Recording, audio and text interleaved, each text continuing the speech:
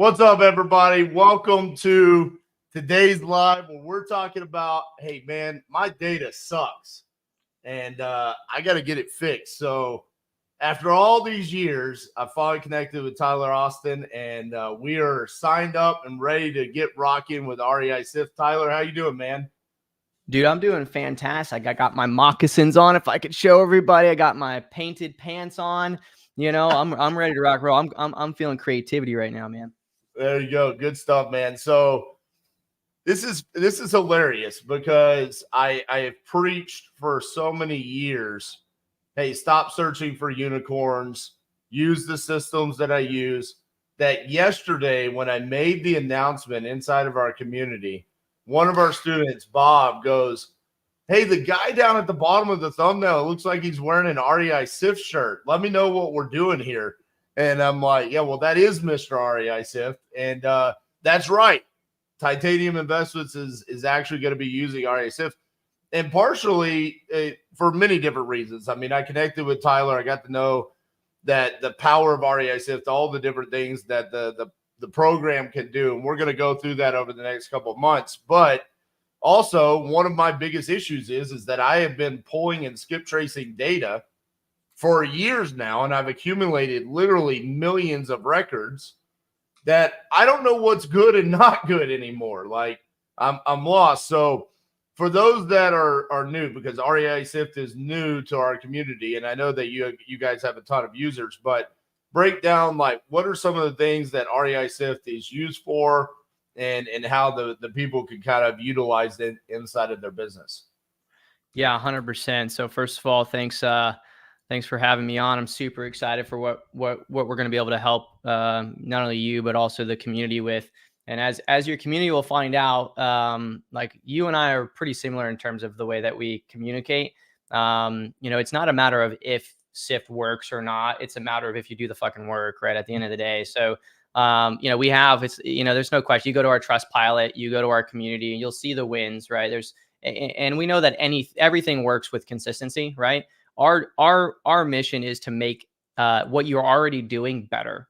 No matter what you're doing in marketing right now, by using Sift, it will bolster your business and you will save more money in your business in the long run, not only through your marketing efforts, but also through being able to then research and find where the gaps are in your business, and then also find data that you've never reached before, that it could just be a one direct mail campaign away from like getting a deal from that data set that for years you've been marketing to, but every number that you've had has been wrong or dead.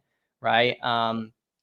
So I like to premise that. So if I ever seem as though to anybody in the community that I am just an asshole, partly could be because maybe I am to you, but to others, I'm their saving grace. Right. And so hopefully we can work our way to be on the right side of your opinion. But Sift as a whole, man, it started off as fixing the problem I was having in my real estate company back in 2018. I kind of realized as I was marketing that a lot of the data I was marketing to was just coming back. My return mail campaigns were, my mail campaigns were having more and more return mail. And my background is in a few different things, but the one that tailors most to real estate is going to be, my cybersecurity background, right? So, and the reason I mention that is because I hacked, planes, base defense systems, nuke plants, Google, Homeland Security hacks Boeing 747, right? You get an idea of kind of the stuff that I did. And in that, what I learned is that, there's this new TV series out called, what's it called? I can't remember the name. Reacher. It's called Reacher. Yeah. Yeah. If you watch it. So he says in investigations, details matter. Right. And I was like, I wonder if I can use that. But basically like the data matters. Right. I like to say addresses are addresses, and that's true, but it's what you do with it afterwards that matters. And so, you put shit in the equation and you're going to get shit out. And so when I started marketing, I realized that we needed to fix that problem. So it started off uploading data, being able to create better campaigns, and it slowly evolved then into, okay, well, how can we start tracking what's happening through our marketing efforts and allow us to build actual business intelligence from the marketing that we're doing, just like any other massive organization would be doing. But how do we do that for somebody who only needs to spend $200 and $300 a month, right? And so compared to me, some of the tools we use in REI, if it cost me $30,000-$40,000 a year to get the same result. Right. And so how can we do that for every average day investor, but also scaled companies? And then it kind of migrated to, well, we have all this information, we have all this data, we understand how many dials it's taking to get this result and yada, yada, yada. Why don't we add in now the efficiency of managing the leads in there? And so we have some users that use us from, they're calling 100,000, 200,000, 300,000 phone numbers a month, and they're just tracking only their results of that. And they use something else as a CRM. And then we have users that are doing the same thing, but everything's inside of Sift. And then we have the users like McLean, who was just on the podcast, who one of my other users, Quentin, and tons of others that are really niche, and they're only uploading very small amounts of data consistently, digging into it and producing 7-figure operations with 3 to 5 people, and only spending maybe $1,000 to $2,500 a month to make it happen. And so it's really a lot of different things, which is why our platform gets a little confusing to some people, because they don't take the time to really learn their own marketing, and so they can't see how we fit in the equation. And so they compare us to other platforms, when in all reality, we're very unique in what we do, because we're bringing an enterprise level product to a consumer market. And these questions and these things that we're solving typically aren't questioned unless you're a marketer at an enterprise company. You know what I mean? What I'm excited about this is, Tyler, is, you talked about all of the different ways that Sift can be used, right? And the difference between, someone that's calling 100,000 records and then a McLean, right? Way different types of businesses. So what I'm looking forward to is, and I even told you, me and Tyler a couple months ago, we had an onboarding call together. I got my account, and Tyler's like, let me show you how to use this. And I'm like, nope, stop. Yeah. I don't want you to teach me how to use it yet, because I wanted to do this all live for you guys, where Tyler's going to show me, hey, this is what we could do. And basically what I want to start off with is, for everyone that's been in the titanium community for years, that watched me pull data from batch leads for years. Listen, it was the first 50-day challenge, then batch TV, where I was pulling tens of thousands of records to do SMS marketing. And then what did we do with that data? When we were done with SMS data or SMS marketing, then we cold called it. So now I have millions of records. What do I do with those? And how can Sift help me? So that's what we're going to start off with. And then what we're going to develop is over the course of this year, I am going to say, here's how I want everyone in the titanium community to use Sift. And then that helps eliminate some of the confusion that Tyler has, because you're right. It is a very robust system that can do so many different things. Now, real quick, I want to touch base on a couple of these comments early on. A Viking and a ninja walk into a bar. I love that one. Hilarious. That's awesome right there. Austin said, I just locked up my first one-call close using the closer's formula. Finally found the right guru.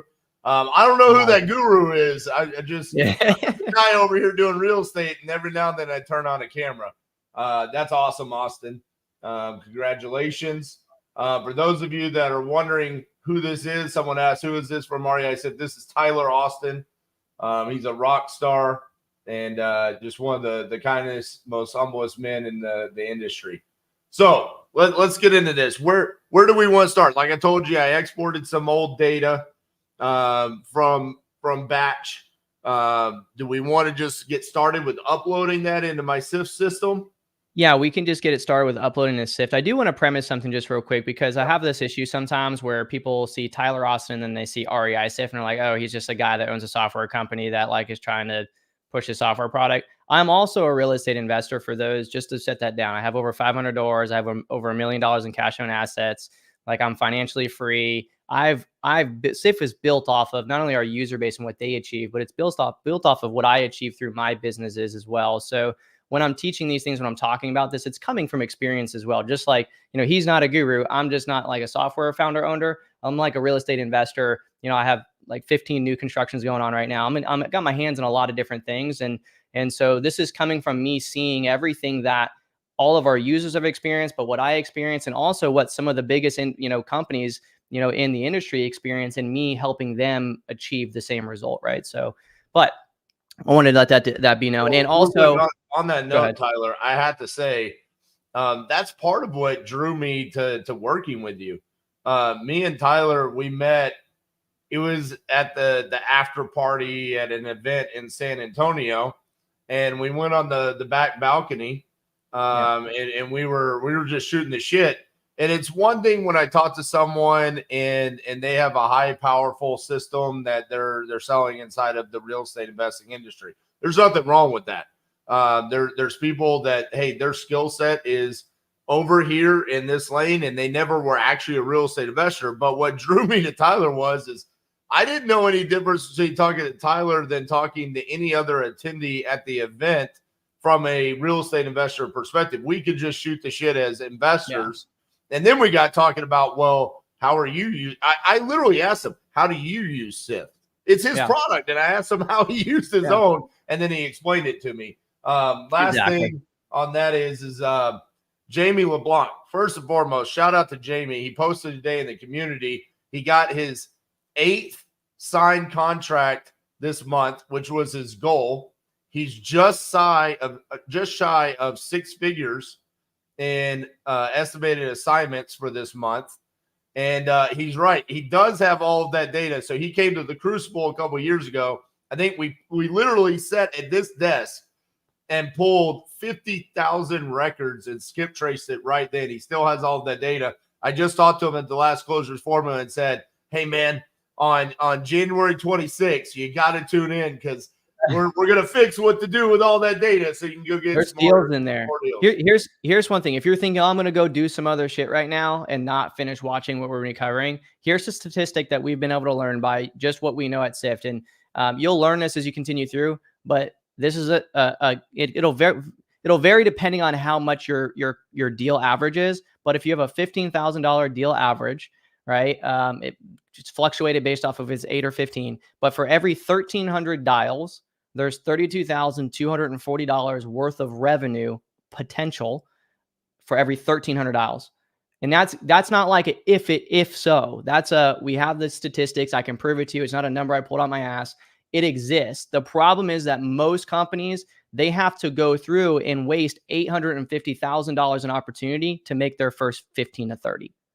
Right. But what we want to do is we want to capture all that. So in the future, in 90 days, 60 days, 120 days, 6 months from now, we can go back and pull some of that opportunity in for us, right, as much as possible. And sometimes it's that you don't solve the problem. Like RJ, he doesn't list houses, right? So he's going to always sacrifice on some of that opportunity, right? But there's still 2.5% of the not interested that you get in your business still convert to a wholesaler. 2.5% of the people that don't ever have a correct number convert to a deal. Like, so there's just these little things that you can plug in, and that's kind of what we want to aim towards. The type of marketing that you do is irrelevant at this moment. What we want to do is capture as much of that as possible, that information, so that we have the option later to be able to capitalize on it. So anyway, that was pretty filthy right there. I'm just saying, this man's bringing in the facts. All right, let's see which one do we want to do? That's going to be the best screen for us. So I've got my Sift account pulled up. I've got my data in my little download folder. So where do I want to go to get started? Okay. So the first thing that we want to do when we're about to upload data is let's go ahead and open up the Excel document if we can. And can you open that up and just put it on this screen? Is we want to look at the data itself, because part of the problem is people don't actually understand what's in an Excel document, right? And so I know that seems pretty silly, but some of this stuff matters and some of it doesn't. So if we can pull it over and just look at a little bit of it quickly, then we'll do that. And let me move you over to my other screen here. There we go. And so formatting is probably one of the biggest vexations to an investor, is like if they get something that doesn't have a great format. And this is where Sift also becomes really valuable, is because everything gets the same format once it's in the system. When you export it, same format. And this looks pretty good. So we got a first name column, a last name column. That's how we want it. We got mailing, city, state, and zip. That's how we want it. We got, what is that property, that one to the left? Property county and property state. Is that what that is? Okay. Yeah. Property state, property county, or property city. property city. Where's the okay, and then property address. Okay. And then we have owner 2 information.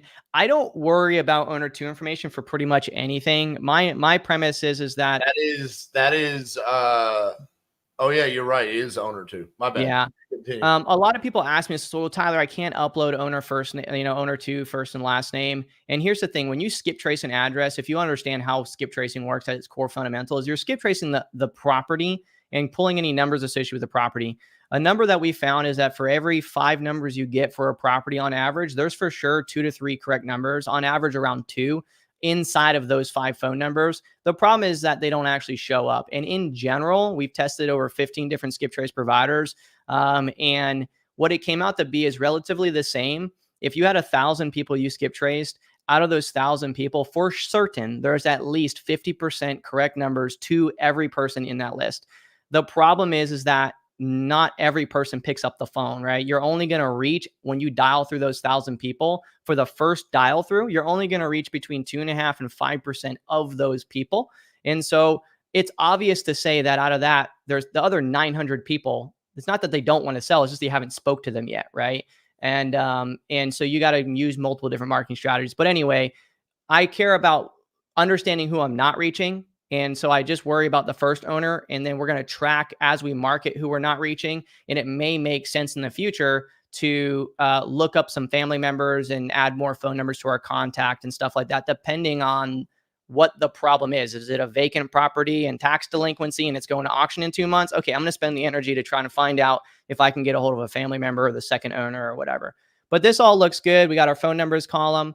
The only thing that I would add in here, if it was something that was already marketed to, in this case, and we're going to pretend it's not, but if it was, I would like to have a phone status column and a phone tag column.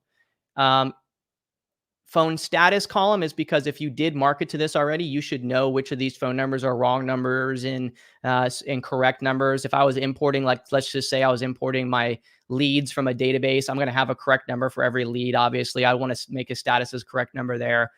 So we'll get into all that later. But what I would add, go ahead. What I was going to say on that is so I have already cold called all of this. I pulled this from my batch leads. Should I be exporting this from my batch dialer where we're getting that disposition status from my cold caller? Yeah. So here's the thing about this. This is kind of now it's not going to pertain to you 100% because you're getting all your data from batch. But if you were to get your data, let's just say from the county, and then take it from the county and then upload it to let's just say it was from the county and then upload it in the batch. And then you're like, batch isn't necessarily going to probably upload all of that data that you did upload from your county because maybe some of it was incomplete. And so there might be 10% that didn't get uploaded. In SIFT specifically, you would want to upload the county list first, then take your data from batch with all your phone numbers and add it, because SIFT is going to upload the 10% that potentially might not have got uploaded just because of the mission of our platform. And then you're going to upload all the phone numbers that you had originally. And then you're going to take all those dispositions that you've had from any of your marketing platforms, and you're just going to take all the phone numbers and then the disposition that happened, and you're going to upload it to SIFT and update every single one of those phone numbers as wrong number, dead number, and so on. And if you had any not interested, this is what's really powerful. Ways that you could make an impact right away is you have probably thousands of not interested, right? You take all those not interested down, you're going to update the property address as not interested and a phone number as correct number. And then what you're going to do is once a quarter, you're going to filter by those people and export them and upload them back in the batch dialer and call back through them, or send them to a SMS platform or whatever you're going to do. And you're going to want to hit those at least quarterly, because again, 2.5% of those not interested convert into a deal. A not interested today is really just a cold lead, just like a lead tomorrow was a not interested 6 months ago, usually, right? Yeah. Okay, so real quick, just to make sure I understand, I could take this list right here today and upload it based off of this information. And then tomorrow, go find this exact same list inside of my dialer that has all of the dispositions for the cold call campaigns that I've run on it, and upload that list in, and it's going to update these records with those dispositions because of the matching phone numbers and the matching addresses. Exactly. You can do just the phone numbers, because you know, a lot of properties have an owner that has multiple phone numbers on it, right? So you may export a list today where you already had that correct number for them 7 months ago because you called another one of their properties, right? And then you go and you re-spend money on skip tracing, it, but you already had it, right? And so before, what you really want to do, ideally, this situation is you upload the SIFT always first, do a filter by I don't have a correct number and it's never been skip traced, right, on that record, and then send that stuff for skip tracing. So you're not re-spending money on stuff that you've already got a correct number for because maybe it was already in your system on another property or whatever. Yeah. Makes sense. All right. So you like the way that this looks as far as the export goes? Yeah, this looks good. So we can just go right into SIFT and we can upload this easily. Okay. So where do we go? So go ahead and bring down, just drop down. You're going to probably want to close out the Excel document. Bad. Hold on. This is funky. I don't know why it's doing it that way. Sorry. I had it pulled down and was staring at my SIFT. I was like, what do you want me to do? Yeah. StreamYard's funky like that sometimes. All right. So where do I go from here? Okay. So what we're going to do is, because we already know what that list is, we're actually just going to go to our list page real quick. So it's going to be like the fourth to the bottom. And then we're just going to click on create folder. And let's just call this, for the sake of this example, batch. So we'll just put all of our batch data in one folder here. Some people segment these by the type of data or the location of data. It's really up to you. So now go ahead and click inside that batch folder, and then let's create a new list in here. And when you exported this, what did you export specifically? Was it high equity data? So I always start by location. So this is Little Rock, Arkansas.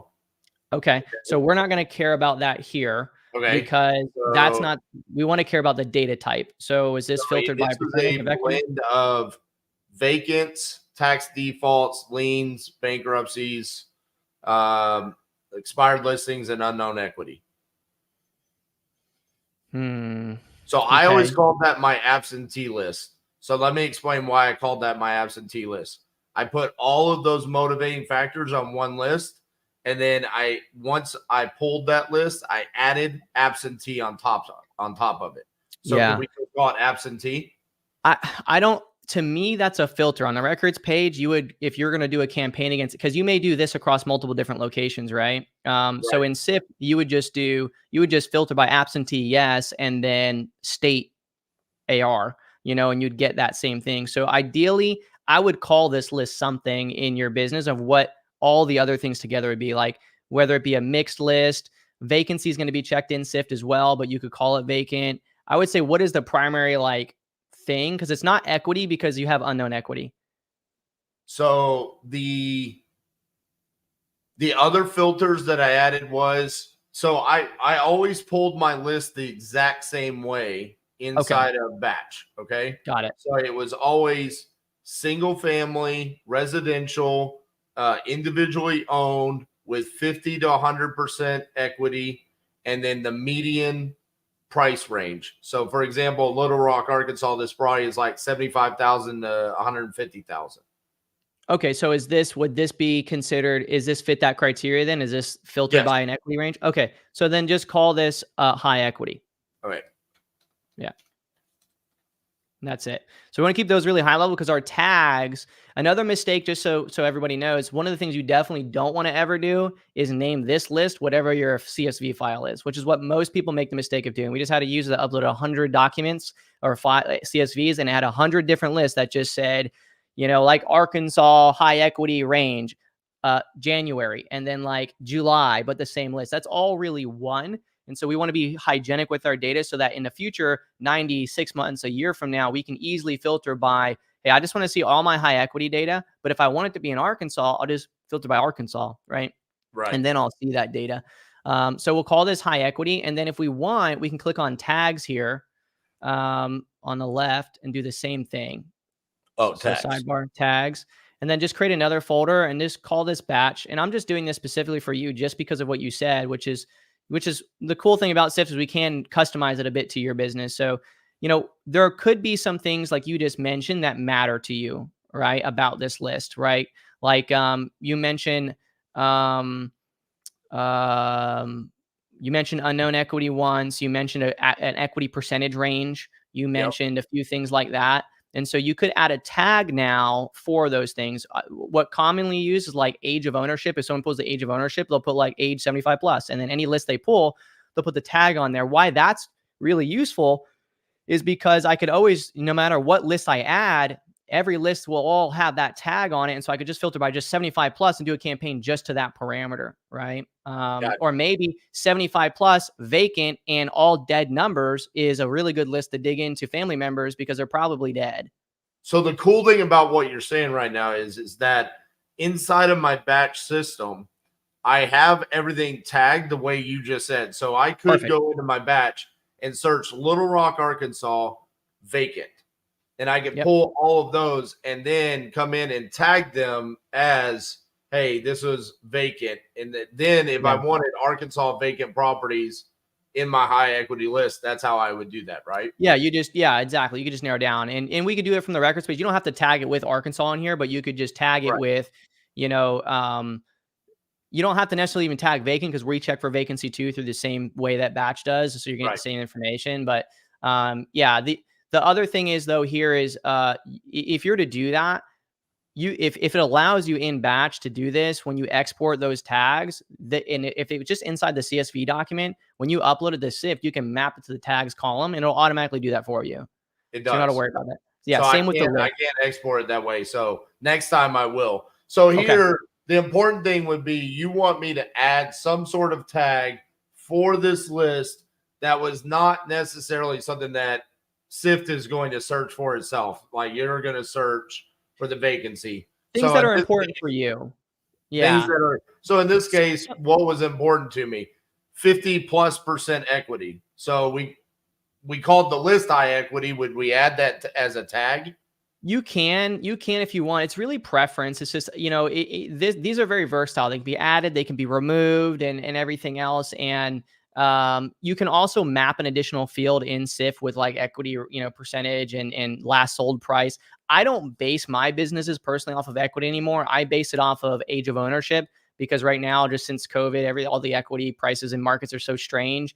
So I just do like age of ownership and then last sold price. But, it's really preference. Like a tag that I do here, for example, when I'm doing first to market strategy, which is where I bring in data every single week, I put week 36, 2023, for example. That way I can always filter my SIFT account by anything that came into my account on week 36 and then see, well, how many of them have we not reached so far? How many of you have we? How many leads came out of it and all that kind of stuff. So these are very fluid. We may not need to add anything here, right now. I mean, I'd say I think I have a general idea. I think I need to do a better job when I'm exporting it of understanding what I'm importing in, because then I can create those tags. So let's just not do it. Press. Okay, and so lists are good. No, you're good there. Statuses, we don't need to cover those right now because we're not going to deal with anything there right now. Activity, we're fine there. Tasks we don't care about. Now let's just upload the list. We'll get into all that other stuff down the road. So just click upload file down at the very bottom on the bottom left corner. And I will say, for whatever reason, if you guys don't have any lists, right? Let's just say, you've already hit your monthly cap at batch and you're like, I still want some more data because you're that much of a baller, right? You can always message our support as well. We do have professional plans do get 10,000 records a month and business plans get 25,000 records a month as well. So if you do ever want to, whether you're going to use it or not, I recommend just messaging and getting some because, it's free. So seriously. Yeah. Okay. So go ahead and you're going to choose add data. Add data here is basically, hey, I'm trying to add a new property address to my account. Update data would be what you would do after, let's say you're pulling from a marketing system and you're trying to update phone numbers. If it's not a one-to-one integration, most of our integration, any of the integrations that we have that are calling platforms like Call Tools and all those ones, I know those aren't ones that you use, but if for whatever reason somebody does use those will update automatically once you get this. But for you specifically, I would end up exporting that info and using update data. But for right now, add data, and you're going to upload a list already existing in REI SIFT because we just created that list, right? Now, it doesn't matter which one you were to choose because we would be able to create it either way, but that's how it works. So you're going to choose who it's from. So scroll down, choose other because we don't have batch in here as an option, and then click batch or type batch. And then choose when it was that you pulled it roughly, if you have any idea. And if it was maybe 2 years ago, just guesstimate. Doesn't need to be 100% identical. Okay.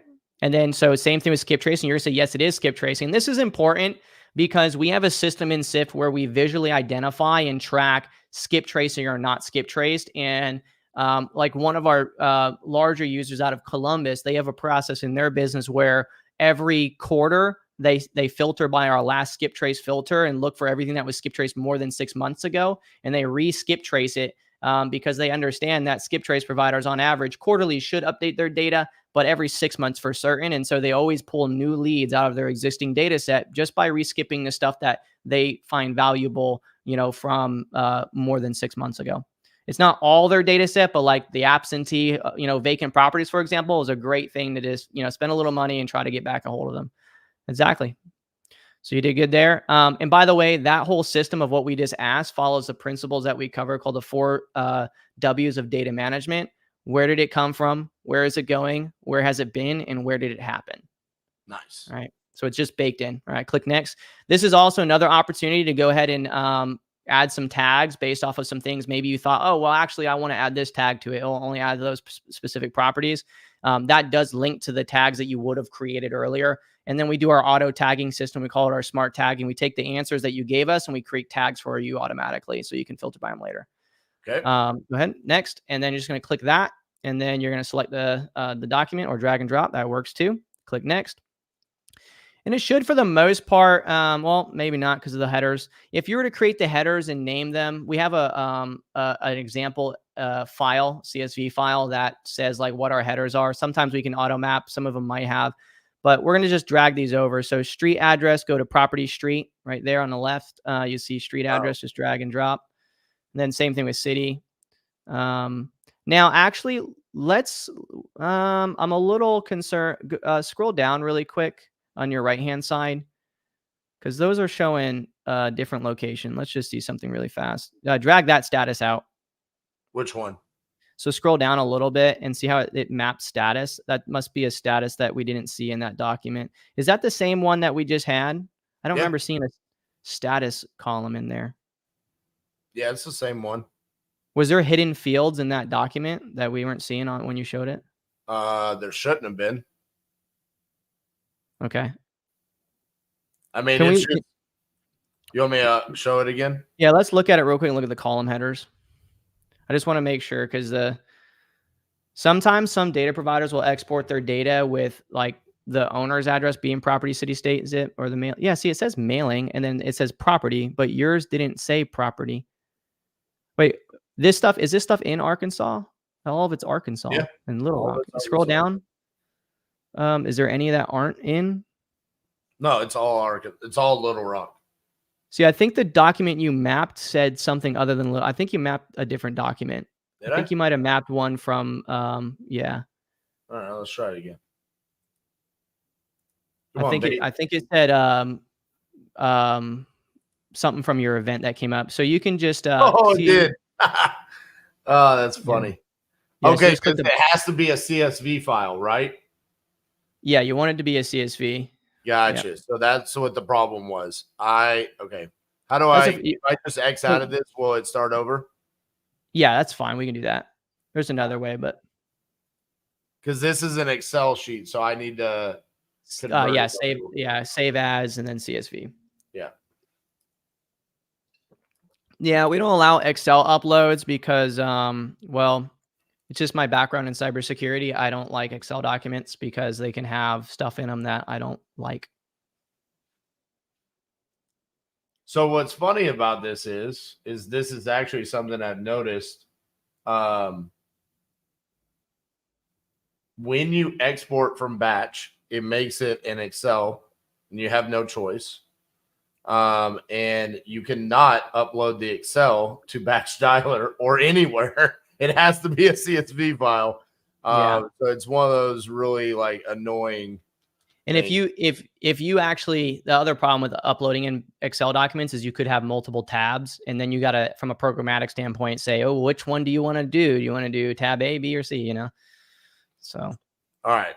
Sorry about that. Good catch, though. You totally caught that was from the closer's formula. All right. Good so there. Boom. Now this is a little rough. There we go. Yep. So now click next, and most of those should auto map. There we go. That's what I like to see. So property street, map the property address, property city, and we're just going to scroll down. Most of these you don't care about, but just for the sake of future, if you scroll back up there, you'll see there's that tags in that list column right there. Those are the ones that if you did have a list, like a great example of this, if you export from like PropStream, they end up telling you like, hey, here's every one that this is on. You could map it to there and it'll automatically create those lists. However, if you already have like your own, let's just say PropStream calls it, or we'll use Batch. If Batch calls it like foreclosure, maybe in your system you call it broke asses. Like you'd want to make sure that your file says, broke asses, not foreclosure, or else it's going to create a whole nother list, right? Yeah. Okay. So go ahead. No, keep going. Okay. So go ahead and scroll down slowly here. We don't need to worry about any of those. We're going to go down to the owner information. You can also search at the top like owner, and it will like narrow everything else out if you wanted to. But we want to make sure owner first name and last name is here. And I wanted to mention something else is see how it says full name, company, and trust right there. If when I'm not here, you're ever having like a list that has LLCs in it, different companies do it differently where they'll put LLCs in a company column, or they'll put it in the first or last name, area. Like list source, when you export from there, it creates its own full name and companies are mixed together. PropStream puts them all in the first name, and I don't know what Batch does, but so you'd want to make sure if you have a column that does have entities in it that's standalone from no first or last name. Some put them in both. Some have a full name column that has companies in it, and then they also still put it in the first name. It doesn't matter. But if you have companies, whether it be an LLC, we parse out. Basically, we've created an algorithm that looks for over 1,000 different parameters to say, hey, this is not a homeowner. Move it and consider it a trust or a company. So over the years, we've seen like what are the average things like churches, for example. They have a lot of different names that they'll show. We don't want to market to the church. We may want to find the owner of the property that owns the church land. And so we move those into what we consider incomplete until you decide to choose otherwise. Right. So that's just something to note. All right. Okay. Mailing address, city, state, zip, all that stuff looks good. And then we just want to make sure that the emails look good. Okay, that's fine. And then let's look down at the phone numbers. So phone number 1 is in the phone number column. Phone 2 is in phone 2 column, and so on. All that looks good. Let me verify something real quick. Go ahead. Yeah, we're good. Sometimes when you export from Batch, this is something to note if you are a Batch user. Sometimes it has a phone 0, which is phone 1. Yes. That will stagger everything. Very important to catch because that phone 1 is the one that's most likely to be the person you need to be talking to. So if that phone 0 doesn't map correctly, then you're not having it imported into your SIFT. Yeah, another thing is if you're going to have like phone types and phone statuses and phone tags, always make sure you scroll down here and check. And we have a step that you're going to review everything, make sure it's right again. But always make sure, because sometimes if you have a column header that's like the wrong column header, it will jack all of those up and make everything one off, which is really annoying. But, it's like one of those things where how often do you upload data to where it's something that's going to inconvenience your life? A lot of people end up hyper focusing on it. Like, oh, this sucks because of this reason. Like, okay, well, what about all the other 99% of things that like are good, Right. But anyway, next step, and we'll be able to do a review. And at this point, you can change your setup info, rename it, reload your file, make sure you got auto tags, add any, add any tags. And then we can look on the right-hand side to make sure that, everything mapped how we wanted to. Always just take the time. This is going to be called? Is it going to be called that Little Rock? No. Okay. No. It'll be called, it's going to add that information to the list that you have it on, right? That, however, name will show up in our upload as a CSV file that you uploaded at that time. But everything in here is going to be associated with a address. And a way to think about this is a list is no different than a box, right? We're just saying, hey, this record belongs in, this box. Tags are like little containers within the box. However, you could dump out the box and have records laying on the floor. So you could have no list associated with your records after it's already inside SIFT. You can just select all those records and say, hey, this doesn't belong on anything. And that's totally fine too, right? So you can finish upload. Okay. Real quick, Matt's got a couple of questions here. Yeah, go ahead. Because that's going to take a minute to upload, right? It'll probably be done in like maybe 30, 45 seconds. Okay. Matt says, do you recommend keeping each list separate, like just a vacant list and stack them separately? Or should we pre-stack, say, vacant, pre-foreclosure, absentee, then upload to SIFT?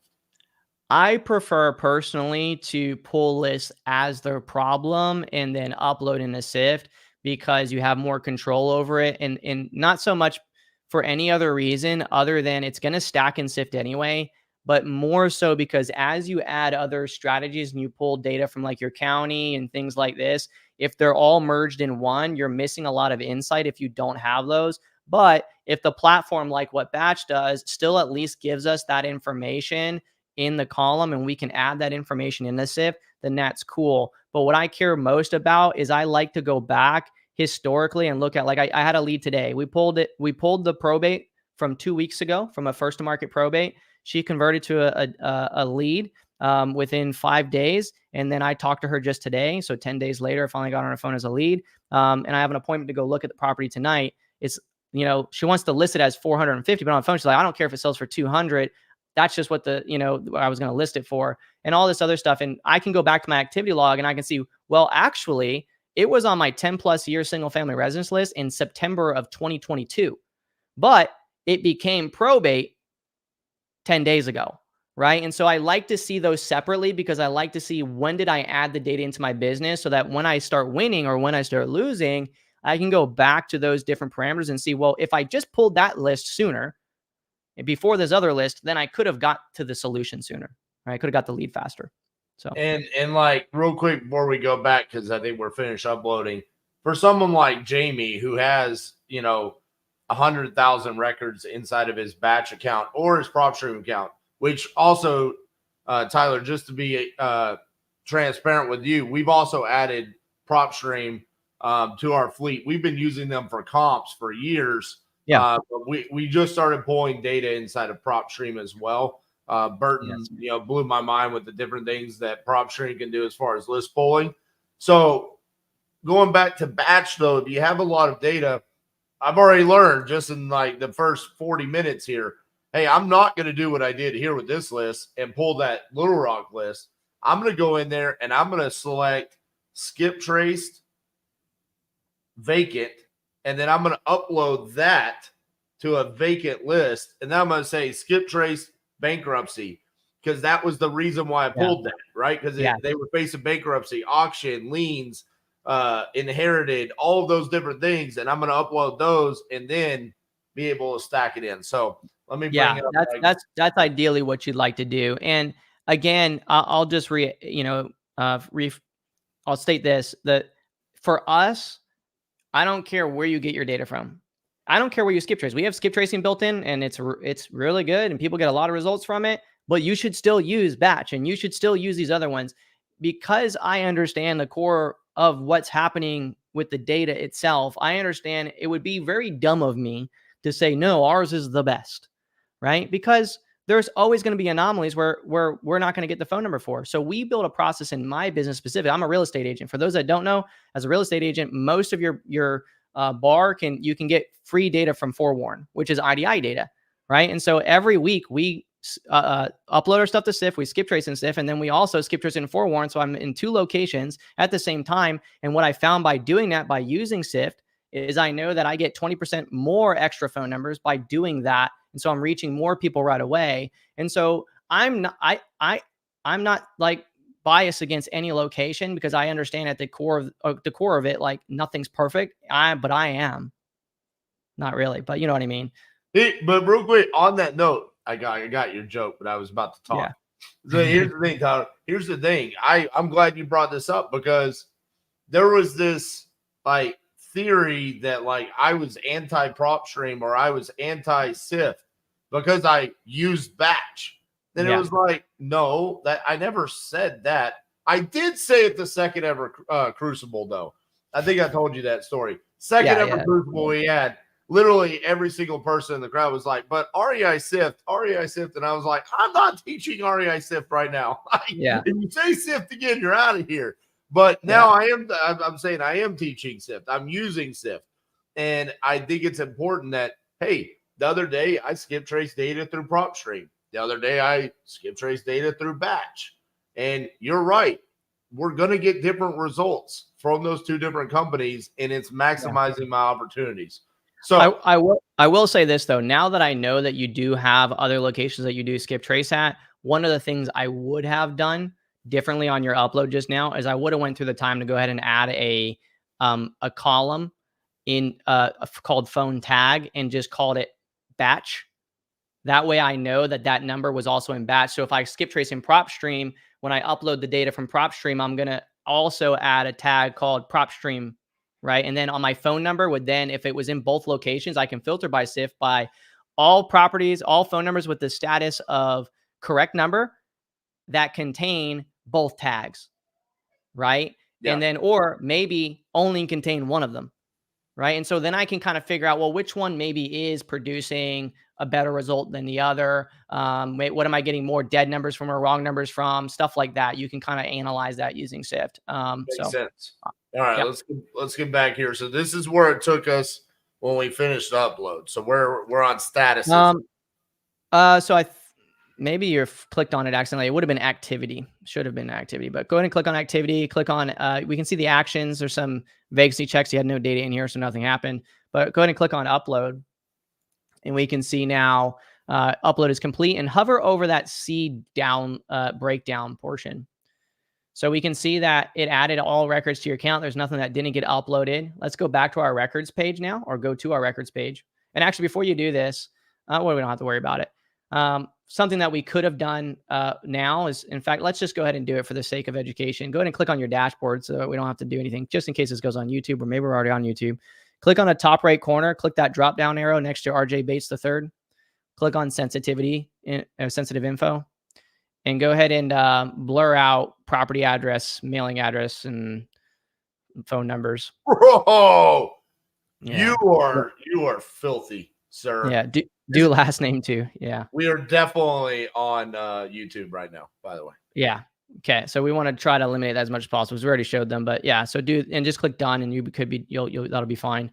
Okay. So now we can go to our records page. All right. And we can see, actually go back to dashboard real quick, because I should cover. We ended up finding on upload and SIFT, 16% of that data was vacant. So that's 410 addresses. And it looks like 99% of your data did have phone numbers, but 29 of them didn't. Right. So here's what we're going to do is, well, we're not going to do it now, but what I would do is I'd filter by those ones that didn't have phone numbers. Then I just skip trace it and SIFT, and boom, I just added more to my opportunity. Right. I don't have to skip trace, SIFT, and everything, but at least those ones. And if I don't get phone numbers for it as well, and batch didn't, now you can send direct mail, right? And make sure that you get a hold of them. Okay. Records page. And so now we have all of our records. And one other cool thing we can do here is click on owner records page at the top. And looks like those, that one at the very top is a company. Click on that one. And he owns 4 properties in SIFT. So that's a portfolio. So we would definitely want to call this person, right? And figure out, hey, do you want to sell 2 or 3 properties? You know, and so you can actually market either off the owner records page in SIFT, or you can market off of the records page. We have some users that only focus on buying portfolio deals. In fact, in 2020, I think we did like 1.3 million in revenue, something like that, is plus or minus. That's a while ago. But we had 13 contracts, but it was 47 properties that we were wholesaling, that we wholesaled that year, or flipped. And it was because we specifically focused on owners that own 3 to 6 properties, and at least one of those properties was on the tax delinquent list or some other vexation like probate. And so we only spent $37,000 and some change in marketing that year, including VAs and everything. It was nasty. And it was just because we were doing the same effort that it would take to call anything else. We just called people that had more opportunity for me. Right. Yeah. Okay. So real quick. So on the owner records, all you saw here is that it was a company. Yes. No. So like the person below that also owns more than one property. So I'll show you where that company went because of the mailing address. Oh, wait, you're seeing it over here. How many? Oh, yeah. On the right-hand side, I see properties owned. Okay. Yep. Sorry, I have a ring light right here that covers that up. Yeah. So I was like, Howard, how did you know that? You are a fucking ninja. All right. Yeah. Just know. Yeah. So notice though, see how that one shows it's a company. Go ahead and click back over to your records page, property records at the top. and then click incomplete. So click that drop down arrow. See how many we got. Yep. So we have 203 of those properties were actually like LLCs or something. And one of them is like vacant there. And we know some of these guys own multiple properties. So these ones, we don't typically skip trace these right away because the chance that you get good numbers back from skip tracing LLCs is very, very rare. So what we do is we have people prioritize. Okay. Hold on. There's some people that don't know what you just said. You said there was one vacant. And I'm like, how the fuck did you know that? Oh, yeah. The little house. Yeah, there's a little house there. Another couple things here is notice these were skip traced 420 what is that, 421 days ago, I think it says. Yeah. And it's gray. So if I were to skip trace one of those right now, if it was within 7 days, that color is blue. Okay. Right. If I've never skip traced it, let's go ahead and click back on clean data real quick. And then click on filter records on the right-hand side below add new property. Yep. And then do add new filter block. And then scroll down to parameters and others, or just, it's right there actually. Just go scroll back up.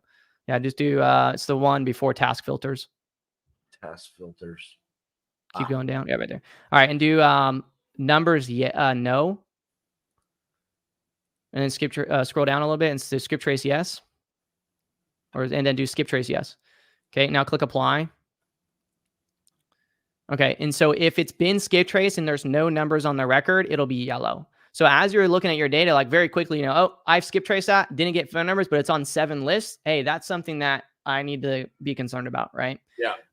So that's just another kind of thing that we do as far as like, I went through, I was going through to be a SEER instructor. For anyone that don't know, you just look at what SEER is. But one of the things that we really focus on there is, if you're going to teach somebody how to withstand torture or like, evasion or any of those types of things, you need to be able to be precise with how you're educating, right? And so colors, touch, feeling, and sound were all like the 4 premises that we use to make sure that you understood, hey, if I break this finger, then that's bad, right? That has an adverse effect. You say what you said. It's kind of like training a dog, kind of, but not really. They're human beings. But in any effect, this is the same thing, right? The idea is if you see yellow, that's bad, right? You see red, that means not skip trace. If you see red and it's on 7 lists, bad. Red means never skip traced. Orange means that it was skipped or it has a phone number in there, but we don't know when it was skip traced. Okay. So, and gray means you skip traced it so long ago that it died and turned into a zombie, and that's why it's gray. Exactly. Yeah, exactly. It's a zombie now. And I learned quickly, Tyler. You're there, man. I've noted you actually can click around pretty crazy. It's actually impressive. Okay, so now your data is in here. So what would I do in order to automatically, with these 2,500 records, say, hey, go call these people right away? Right. I would filter my records. And I would do add new filter block. And then I would go down to parameters and others again. I would say absentee out of state, yes, or I'll just say out of state. I would do phone numbers, yes. Or just numbers, yes, rather. Numbers. And then I would scroll down, and I don't really care if it's been skip traced as long as it has phone numbers. So that's fine. Now add a new filter block. Okay, and then I'm sorry, it's actually under that one. Scroll back up. My bad. Keep going. Scroll up more. You're going to do vacant property, yes. And then go up to the top and click Save New. Okay, and then just call this out of state vacant.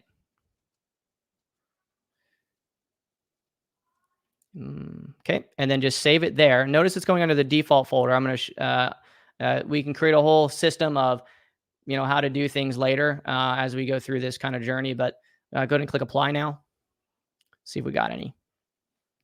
All right, so how many we got? All right, cool, we got 46. So I would, in this case, 46 records is too much for me to throw to a dialer or too little. So I would literally just click inside one of these records and I would start manually dialing each phone number, right? This is like 150 phone numbers, or maybe more than that. Maybe it's closer to 250, but that's like less than 2 days of work. But as I'm doing that, let's click into one of these records. We'll use one as a, or click on, so go back to records page. I just want to kind of illustrate something. Yeah. So if you click on the name that's blue, it's going to open up the owner profile. Okay. If you just click on the row, it'll open up the detailed property page. Gotcha. Yep. Perfect. Okay. So in Sift, you can integrate with a tool called Smartphone or AirCall. Or if you're using Dialpad or any other tool that has a click to call functionality through Google Chrome or whatever, you can use it. Smartphone is a really amazing integration. It's like $99. It's unlimited.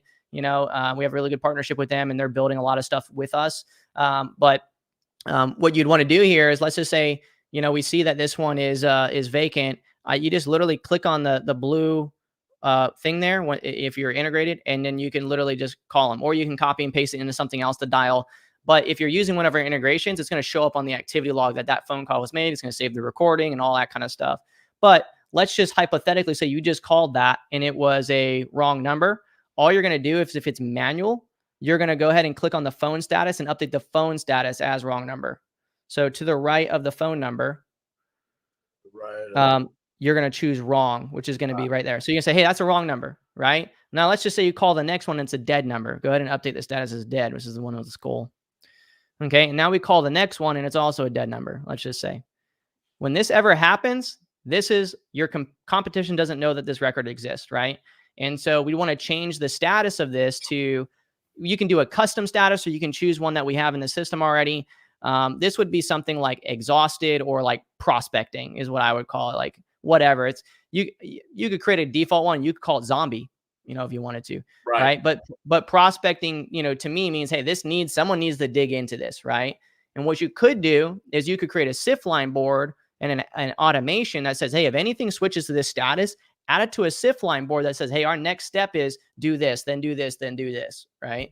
In this case, for sure, I need to send mail to this person, right? But he might turn into a loop. Essentially, that's what I feel like we're creating is like, hey, we're finding, hey, these are the people that we should be calling. And then as soon as we call, if we can't get a hold of them, we're creating our direct mail campaigns. Yeah, 100%. At minimum, you're creating the most cost-efficient direct mail campaign.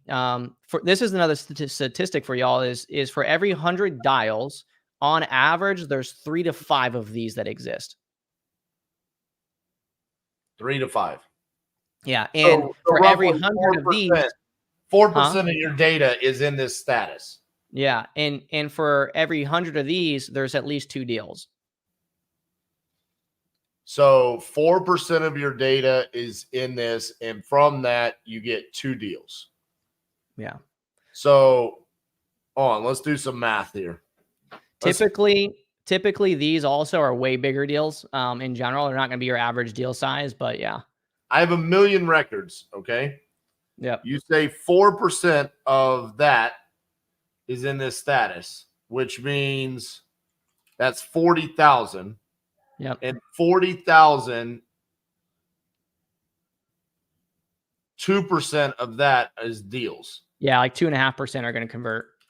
It's about 1,000 so I have deals. 800 deals sitting in my batch right now in this status.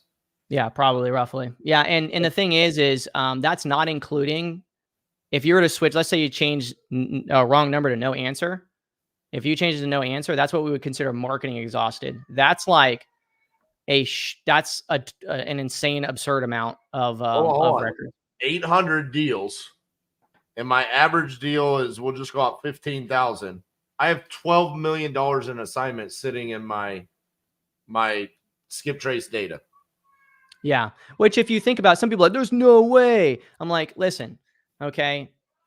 If you think you're smarter than me, which I'm not going to boast myself in that kind of respect. But if you think that you're smarter than me, then I want you to go hack a plane from, and I want you to show me that you're smarter than me. I want you to go tell me that you understand packets of a car and you can hack a car remotely. Like, I want you to do that. Once you do that, then you can discuss with me that you understand data and that you have like some intelligence around it and the statistics around it, which I'm not saying that I'm the smartest in the room when it comes to there's people with homeowner data that are way smarter than me because they're data scientists. I'm not that, right? But all I'm saying is that I can do something very simple and tell you those 1 million records are across nationwide, right? Yes. Okay. On average, nationwide, how many properties are listed on the MLS? I don't even know. But don't know. For most markets right now, like in Okaloosa County, we have 200,000 people, and there's like 3,500 listed on MLS right now. Right. So it's like 2.5%, 4% or something like that. Right. So if you just do the math, on how much properties are listed on the market and how much you market to. We just right? said it's 800 deals. I mean, that's nothing. It's nothing. It's not a lot. It's pretty obvious to realize that, hey, there's a really high chance that I'm not just blowing smoke there, right? Like that, Right. that it's there. But the question is if someone's going to do the actions and build the process in their business to just seize them. And so that's what scares them, right? Oh, I got to do all this extra work. Like, well, no, you're thinking that because you got a million records, Right. right? Imagine doing this with where you only have 10 records coming into your business every single week, right? It becomes a lot more regurgitatable then. And so what a lot of people do then is they say, well, I can't afford to do that. It's because, well, no, it's because you probably did too much on the front side and now you're creating chaos for no reason that you're trying to keep up with. It's like producing a ton of leads that aren't really leads, and you got to call them all, and you're just creating a lead management problem now, when all reality, you create better quality, correct numbers, right? I mean, Tyler, you're right. What was I doing? I was consistently pulling more data and skip tracing more data, when literally if I just stopped and figured this out, you're literally telling me like, hey, dumbass, you got $12 million in assignments just sitting there. Why are you pulling? Right. The Matt just brought up, you said it as well. These are the higher assignment deals, because why people can't get a hold of them. This is why we're bringing direct mail back to Titanium here in 2024, because we know that direct mail brings higher assignment fees. We're talking about, these are deals these are leads right here that every other person considers dead. And we are identifying that, hey, this is definitely someone that needs to talk to us. No one else is getting a hold of them. And at minimum, if you just stop marketing to them, because a lot of people, here's the thing, is they're not considering them dead. They don't know that they're dead.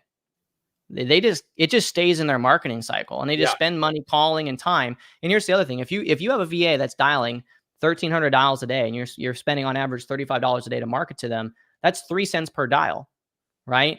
Out of those $1,300, you're going to get on connection on phone to phone with about 150 people. Out of that 150, only like 8 of them are going to be a correct number. The rest are going to be wrong numbers. And so what did you just spend money doing? Generating correct numbers or generating wrong numbers, right? You spent money to generate wrong numbers so that you can get rid of them, so that you can have correct numbers that you can follow up with over time. Most people, most operations, out of those 8 correct numbers, only 1, maybe 2 of them are going to be a lead, because it's about a 5 to 7% conversion, right? And so because of that, that means 6 of them at minimum are getting thrown away. They don't even send it anywhere. It just stays in a dialer and they just go focus on new data. But what we know is that, again, 2.5% of not interested convert to deals. I had a property just not long ago. They said not interested on first to market. So we called them the next day. They said not interested. I sent him direct mailer that same day. A week later, he called inbound, interested in selling. But he previously said not interested. And people don't understand. Well, psychologically, he said not interested because it was wrong time. And that's where these deals fall through the cracks, right? All right. So what I want to do here, I want to stop where we are. Yep. And what I want to do is I'm going to take these records. I'm going to take what you said, and offline, I'm going to upload more data. I'm going to take that list that you told me, hey, the 40 something records that we got. Essentially, I'm going to upload a lot more data, make that a lot bigger, push that into the dialer, get that called, dispo these correctly, and then I'm going to take that data right here with this list, and then I'm going to go to REI print mail, and I'm going to say, here, I want this mailed to, put it on a cycle where we're going to mail it 7, 8, 9 times, and start working that and see how many of those, 800 deals we can start unpacking, as well as how do we start converting better with our cold calling? Because part of this, Tyler, is during the 50-day challenge, 125 contracts. The worst performing marketing efforts we had was cold calling. Yeah. I mean, I've got to fix it. So me bringing on Sift is because my cold calling has to get better. Here's something that's crazy. It's not crazy. It makes sense. But like, if you call through 10,000 records right now, you're going to reach, like I said, 2.5 to 5% of those 10,000. So that's 500 people. But if you called through 10 manually, click to call, you're going to reach like 70%. Right? Like, you're going to reach way more of those individuals. And so to start building consistency in cold calling, really the answer is to set the expectation first on, if I were just to use this phone and I were to call somebody, what would I get? And that allows you then to look at where's the gap and then translate that learning into the bulk dialer as a baseline. Like, that's our new standard from bulk dialing, should be to produce the same amount I can get from this. But you don't, because there's a lot of things like if you're doing 3 lines at a time, and by the way, we do this still, we still do bulk dialing. That's how we rehash our campaigns. But if 3 people pick up at the same time on an initial dial through and you get connected to one and it's the correct number, great. Or maybe it's the wrong number, but the other 2 could have been correct numbers. Right. And so you just don't know that. And so that's why for certain data sets, manually is the way to go, because you're going to generate more correct numbers, which means you're going to have more to follow up with. But for other data sets, you got to use the bulk dialer because you'd never be able to get through them all. Okay. So let's talk about that for a second. Inside of my batch dialer, I have the option of having a 3-line dialer or a single line dialer.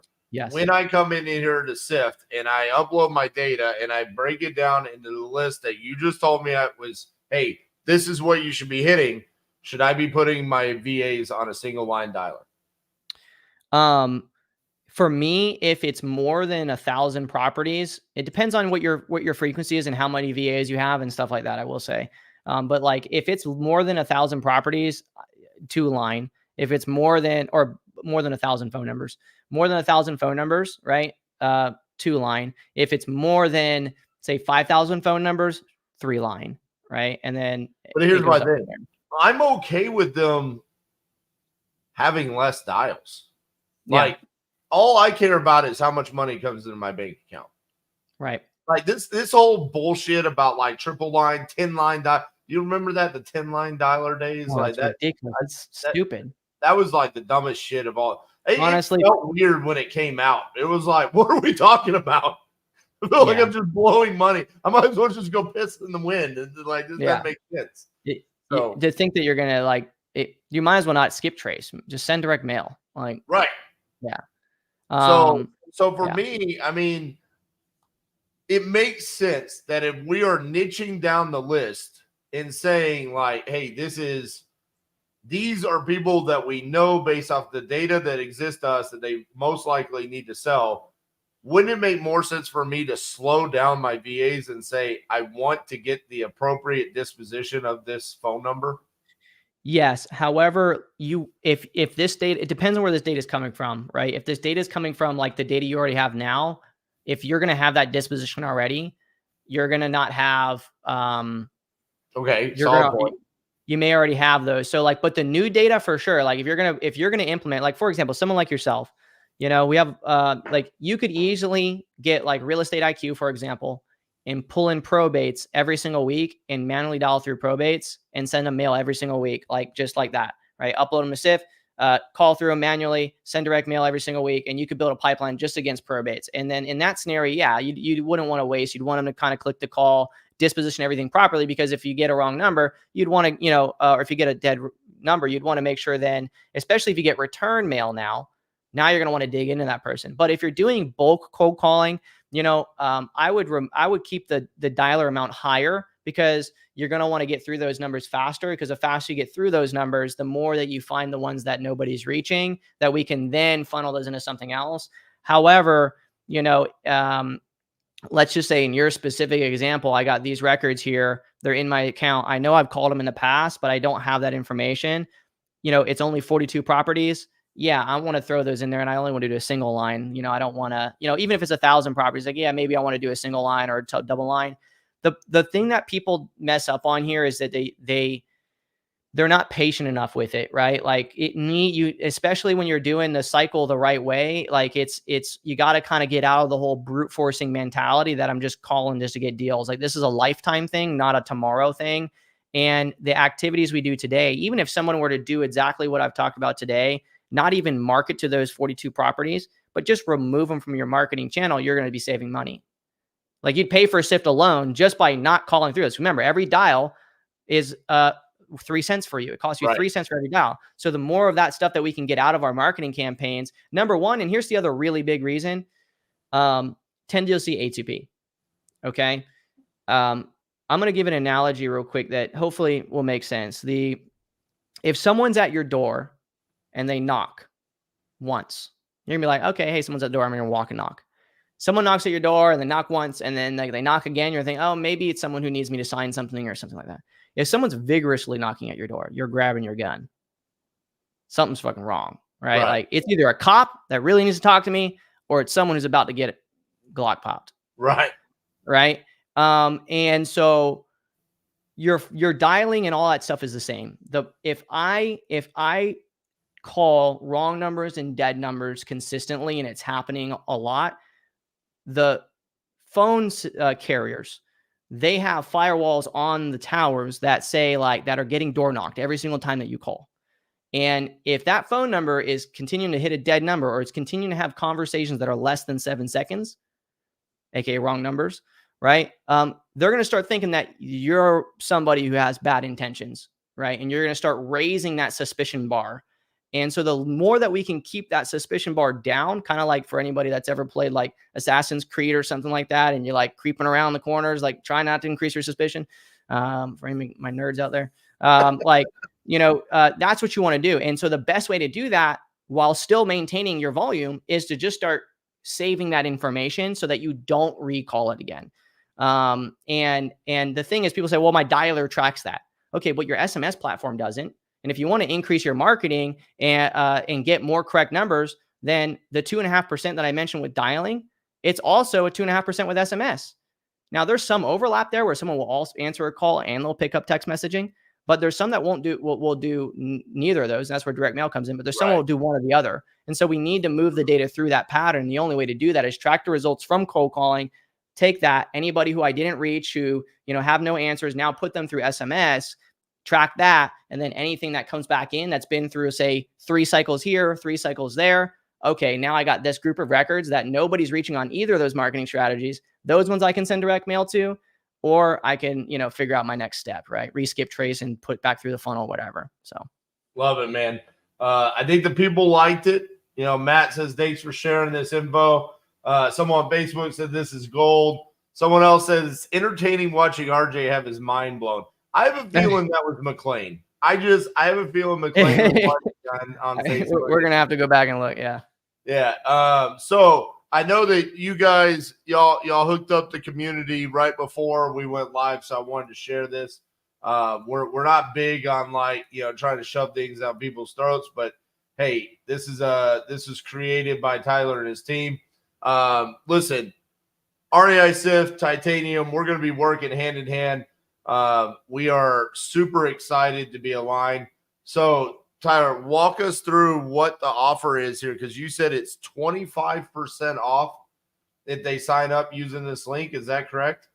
Yeah. So by the way, I'll say you're the first person that I've ever done this with. I've always said, everybody has always messaged me. In fact, I was just at one of Donnie's events not long ago. He's going to be pissed if he sees this. I was at one of his events and I said, Donnie kept grilling me. He's like, hey, what can you do for my guys? And I'm like, listen, REI SIF is quite literally, it's the only tool that is the coupon code to your business, period. Right? There's no other tool that does what we do. But I was like, I think that what you're doing is awesome. And I think that your community has a lot of growth to do with REI SIF. And so we created this page for 2 different things. Number one, to show that we were in this together as from Titanium and REI SIF. The branding is, how can you be strong like Titanium and swift like a ninja, right? And so and in that you get 25%. So if you go ahead and scroll down, it doesn't say it right there. We need to update that, but scroll down. You'll kind of get a little bit more of an idea of how SIF functions too, like getting your data, the marketing phase, some of the numbers I've mentioned with you, and then the CRM phase for anybody that doesn't have one or whatever. Then scroll down. We're going to get into this. This is going to be a huge part of what we're going to talk about. We just wanted to talk about RJ shit data that he has right now. So yeah. And then you get this, right? And so you sign up now, get 25% off our monthly plans for the next 3 months. I will say 3 months. For 3 months. Yeah. 25% off for 3 months. And so that should help out anybody remove the resistance. If you have any questions and if you should be implementing it, then honestly, you're just confused. Like I'm telling you now, you're going to pull deals. If you just do what we show, you're going to pull deals from your marketing that you've never seen before, you never had before. At minimum, it's $3,000 a year. It's not a lot of money. Like your average deal is 15 grand in your case. Let's say, like, if you pulled one deal from it a year extra, that's a pretty good ROI. Yeah, So. That's awesome, man. Thank you so much for doing that for us, for the community. And listen, the cool thing for me about this is there was a little bit of internal resistance for what I brought to our team and said I wanted to accomplish. I said to my team, I said, I want to go to every single vendor that we use and say, I want you to come into the community once a month. I want you to add value. I want us to come in and literally, like in your case, like, hey, Tyler, I want you to teach me how to use your shit. But also while everybody else is watching and seeing how we use it throughout the year. But the other part about this is like what I told the team, we're going to let everyone know that, hey, it's not just we're coming to REI Sift and saying, hey, Tyler, will you come do this? It's, hey, we're asking Batch, we're asking PropStream, Lead Zolo, Speed Lead, like legitimately competitors with each other. I mean, earlier this week, right out of the gates, I'm live with Speed Lead. People are like, what's better, Speed Lead or Lead Zolo? And it's like, you're not understanding, okay? We're breaking the trend here where this is not about who's better and what's not. I'm telling you, this is our business. This is what we do. I am on a mission to eliminate excuses for people to not change their life using real estate, doing wholesaling real estate. So by doing that, I'm saying I have a legitimate problem in my business right now, and Tyler Austin is going to solve it. If you have that problem, you can literally watch my problem get solved, and then Tyler comes in and says, hey, listen, 25% off for 3 months. This is amazing. This is the kind of stuff that I'm talking about. And I have to say, man, Nick has been raving about you and your team and y'all's desire to want to be a part of this community. It means the world to me because I think you and I are aligned in what we want to accomplish here, right? Yep. Which is changing people's lives. And seeing the McLean Bobbits, which if you guys don't know who McLean is, McLean was a guest on our podcast this week. McLean literally listened to my podcast back in 2018, 2019 while he was driving his W-2, quit his job, started wholesaling full-time, is a Sifty. Is that, can we say that? Yeah, Sifty's fine. Sifty. Okay, I said Swifty first because it just rolled off the tongue. Hey, if it makes us as worth as much as Taylor Swift is, it's fine. Call me Swifty all day long. So he's a huge part of the SIFT community. And I just interviewed him on my podcast. He's doing 7 figures plus. He's doing every different strategy. He's doing wraps, rentals, flips, wholesaling all across the state of Texas. And you're a huge part of the reason why. As much as he loves to give me credit about, I helped him with being inspired to quit the W-2. But since the moment that he quit that W-2, he does not give anybody more credit than you for his success. And I've heard that time and time again. Stephanie Shepard, I know, is a huge Sifty as well. She just attended a half virtual day training with me on how to talk to sellers. So it's like our communities are already starting to combine here. So I'm excited, man. Thank you so much. You dedicated an hour and 20 minutes today with hanging out with us. And it's just awesome that your whole team, you guys were willing to make that discount for everybody. 100%. Any way that I can help out. That's the one thing. We're here to help. We're here to, make sure that people are successful. At the end of the day, if you're not successful, then you don't need us, right? You don't need me. And like at the end of the day, I tell people like I'm already financially free. I got nothing to gain, besides hearing people's wins. You know what I mean? Like it's like, yeah, obviously making more money is always cool, but it's seeing the people like McLean, it's seeing the gentleman who posted in the community did his first 7-figure year, where the year before he was negative, seeing Quentin who got fired from his job last June and he lives in Oregon, I believe. Fired from his job, started SIF. For the first 90 days, he was like having the issues, trying to figure things out, yada yada. I just gave him some guidance, and then from October to end of December, closed 135,000 in revenue, and now just January has over 300,000 locked up and assigned. Like, just seeing what's possible, and he's only focusing on probates and evictions and click to call dialing. Like, it's just like what's possible when you start understanding and realizing. It's kind of like when people have an epiphany that the government's really not for the people. It's the same thing. It's like, holy shit, there's this whole other way of doing things. And I could continue doing what I'm already doing and just win better at it, and then add on some of these other strategies and just catapult myself. Right. So I appreciate you letting me come in front of the community. Anytime you need me on here, you got my cell, and you know how to reach my people. So love it, man. Love it so much. And like we said, guys, there's a lot to SIF. We talked about the data aspect, uploading data today. We're going to get into the CRM aspects as well. I know Nick's super excited about some of the things that y'all have already talked about, what we could do there and kind of customize it a little bit. So very much looking forward to that. The other thing is I'm looking forward to coming back to you, on a monthly basis and saying, hey, here are some of the results that we got. And it's also just like we've always done here at Titanium. It pushes us into action, right? Implementation, because I literally am doing this live and saying, all right, Tyler, I'm going to see you in a month. Guess what that means? Tyler's going to ask me, all right, bro, well, you said that you were going to upload more data.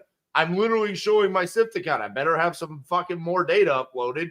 And then he's going to know, hey, dude, how'd that campaign work out? So you're right, the transparency and showing it.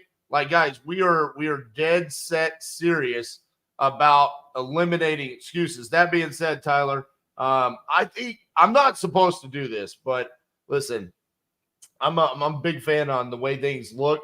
I'm digging our thumbnail today with the rain and me and you. I'm digging the blue lights with your blue logo above me. So I'm just going to say it. So we've been having Titanium University up here, right? We might be sending out our first, actually, I don't even know. We might have already done it. There might be our first round of signups where you could actually sign up for Titanium University today. We had the first person ever sign up for Titanium University today.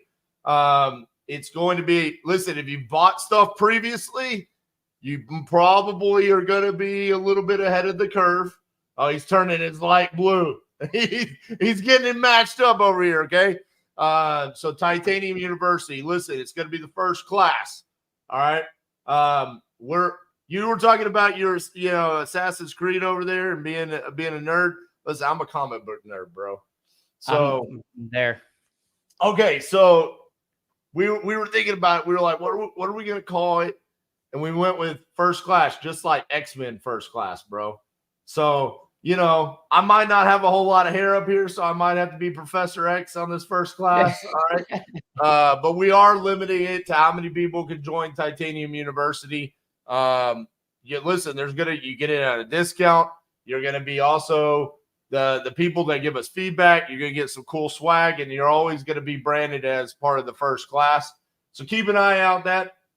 Nick says, if you bought a Titanium product before, check your email this weekend. Smiley face. All right, so it's going to be this weekend. But I couldn't hold it back anymore, bro. I couldn't. Look at this shit-eating grin right there. He's like, yeah, buddy, it's coming out this weekend. I couldn't wait. I had to let it go. Tyler, man, I appreciate you so much being part of the community and looking forward to everything that we're going to do this year. Guys, I went live 5 days in a row this week, and it's been a hell of a run. So let's do it again next week. That's all I'm saying. Keep an eye out tomorrow. I got a reaction video for Jacob Blank, if he's a closer or not. It's a good one. And then got another video coming out on Sunday. All right, guys, we'll see y'all.